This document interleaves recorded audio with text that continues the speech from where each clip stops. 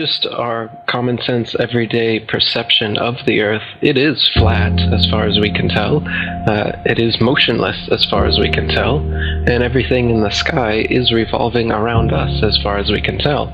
If nobody told us otherwise, we'd logically assume that the Earth was flat, motionless, with everything in the sky revolving around us.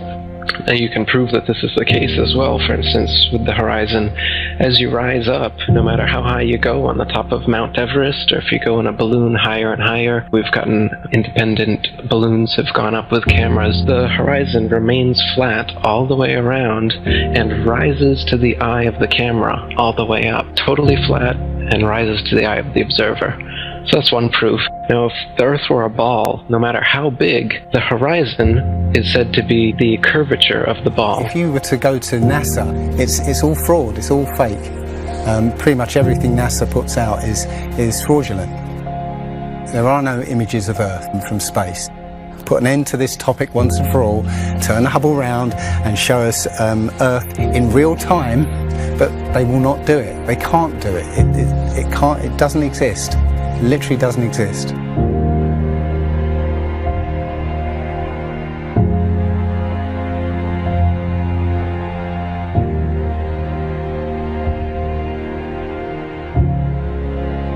Looking at these images of Earth, including the one they call the Big Blue Marble, which was released in 2002, I think. Zoom into it with Photoshop, you'll see where they've used the clone tool in Photoshop to take a picture of one of the clouds and stamp it in various places around the picture. They got lazy. If the Earth is 25,000 miles in circumference, there must exist a curvature drop of 8 inches times the mile when you square the mile.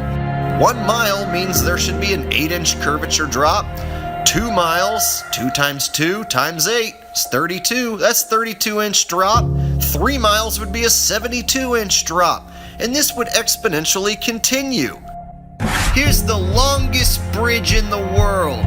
The Danyang Kongchon Grand Bridge in China, 102.4 miles long. There should exist nearly 7,000 feet of curvature drop in that bridge. 7,000 foot curvature drop. Do you see it? It ain't there. Look at the horizon. It's flat. You can see in that dive shot that the inside camera, the horizon is completely flat. Then it goes to the outside and you got a huge curve. But when you're looking at some of the amateur balloon footage, some of it's lens corrected and it's completely flat. And others, like the GoPro stuff, the horizon will fluctuate as the camera spins and tilts. The horizon will go convex and concave, a lens effect. It's obviously not the horizon shifting every 2 seconds as the camera jumps. And when it's still, you can see all the way up, totally flat.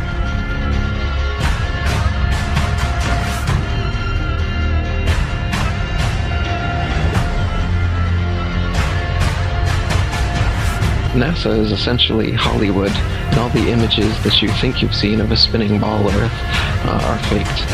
And all the amateur balloon and rocket footage that we've sent up there shows a flat horizon that rises all the way up.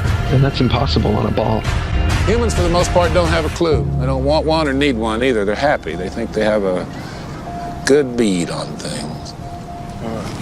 But why the big secret? People are smart. They can handle it. The person is smart. People are dumb, panicky, dangerous animals, and you know it. 1,500 years ago, everybody knew the Earth was the center of the universe. 500 years ago, everybody knew the Earth was flat. Imagine what you'll know tomorrow.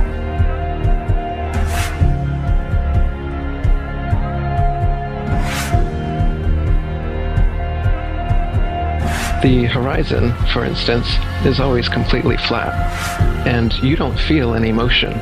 So if you were just born today and looked out, you wouldn't assume that you're standing on a spinning ball. You'd assume that you were on a flat motionless plane. So to assume that we are on a spinning ball is actually contrary to our common sense and our everyday experience. And there's also experiments that have been done to test whether we're on a spinning ball or not.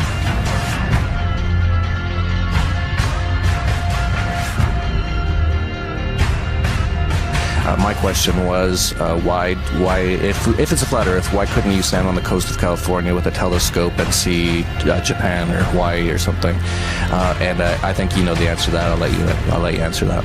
Yeah. You can't see an unlimited distance. The lowest layer is the densest and not transparent.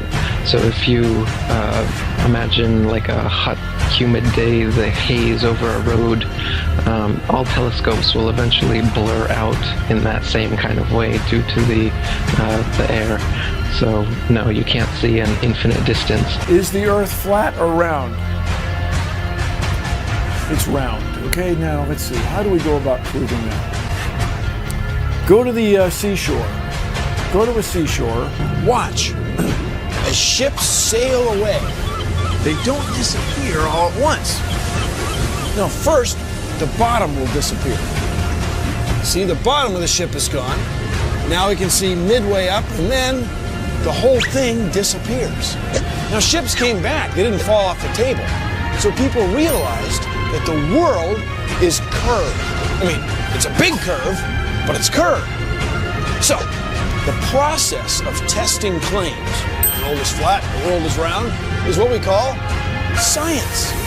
Now, if you have a claim that can't be tested, that's what we call pseudoscience. Extraordinary claims require extraordinary proof.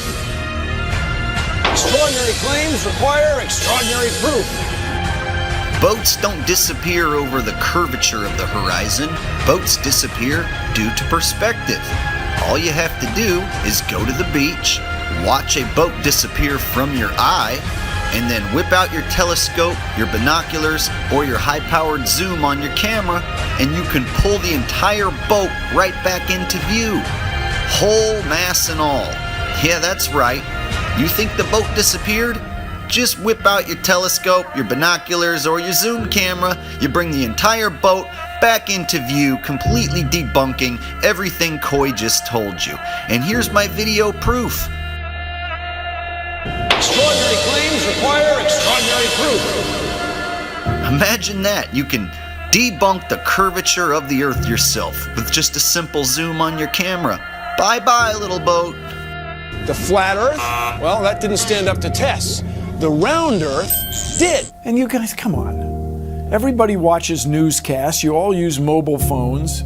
You all see airplanes fly around. You all go to see Ed Sheeran in concert one day in London, another day in Melbourne, Australia. This all depends on our fundamental understanding of the size of the Earth and its shape with extraordinary precision. What the fuck did you just say? The way we teach science is you're just some empty vessel and we pour the science into you and then you regurgitate it on an exam. Right. Because Earth, we know it spins once day, yes. Off to a great start. So you spin, when you spin pizza dough, it kind of flattens out. It gets wider in the middle. And so Earth, throughout its life, even when it formed, it was spinning. And it got a little wider at the equator than it does at the pole. Not only that, it's slightly wider below the equator than above the equator. A little chubbier. Little chubbier. Yeah. Chubby's a good word. It's like pear-shaped. Yeah. So, it turns out the pear-shapedness is bigger than the height of Mount Everest above sea level. Well, let me just so you understand. We've been fed a lie our entire, I want to call it a lie. We've been fed. It's a point of view thing, I think.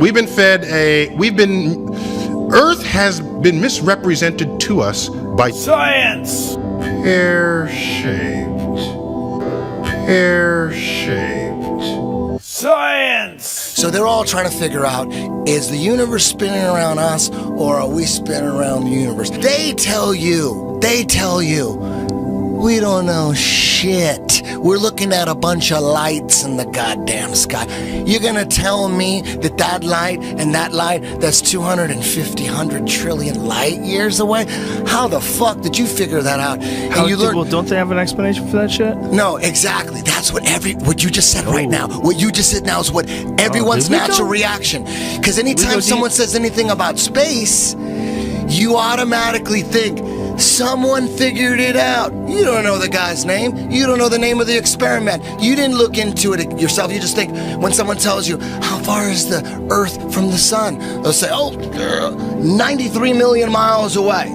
Like you just, everybody relies on someone figured that out and someone double checked it. You're going on what you read. And right now, cosmology, they don't know what the fuck to do.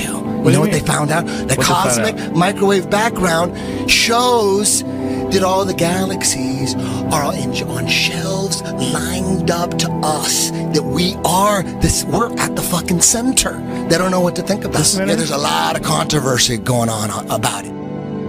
You should see the stars do all sorts of strange motions, but you don't. You only see them make these perfect circles. That tells me that it's the stars that are moving, not the Earth.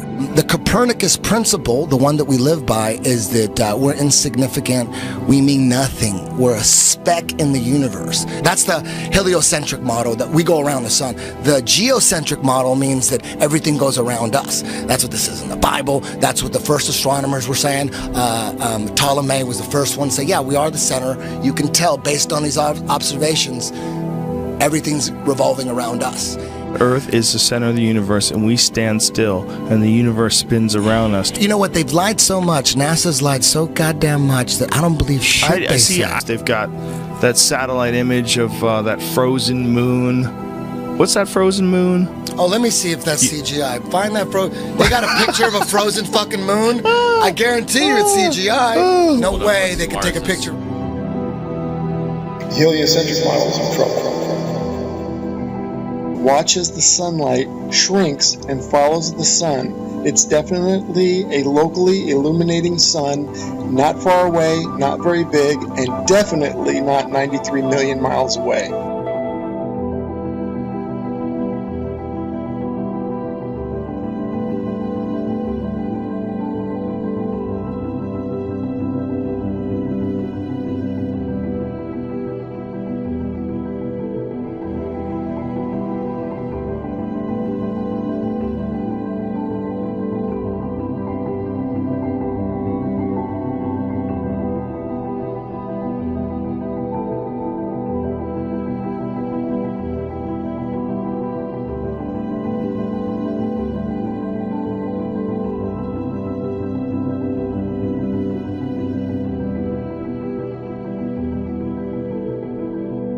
There's a place in Bolivia called Salar de Uyuni, which is a salt flat. It's literally 100 miles wide one way and 80 miles across. And it's perfectly flat. And when it rains, literally you get an inch of water and it looks like a perfect mirror. Now, how does that happen on a sphere? Yeah, it shows you that, you know, if you're one end of this salt flat, you can see perfectly clearly the other end 100 miles away. So it's just showing you that, you know, the Earth is flat, and without the effect of the waves in the sea, you'll be able to see a whole lot further.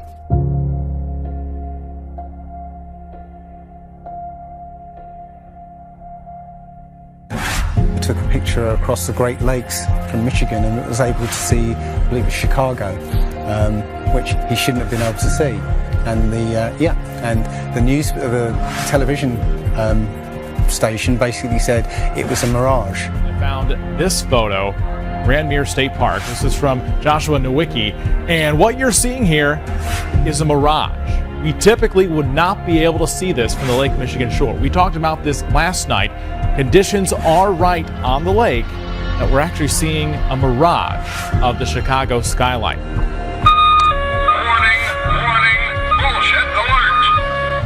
very interesting here. Here's what's happening. This is a good example of a Superior mirage. So Joshua was on the Lake Michigan shore. He was looking towards the west, and Chicago's beyond the horizon. Should not be able to see it. However, with the right conditions, we have an inversion. We have cold air near the cold lake water and some relatively warmer air above it. This will bend the image of that skyline back towards the viewer. And so typically we would not be able to see this. This image would be viewable from much, much higher in the sky. They always say it's a mirage, but for a mirage to happen, you have to have very specific atmospheric conditions. It's not a mirage. It's simply that you're looking across a plane.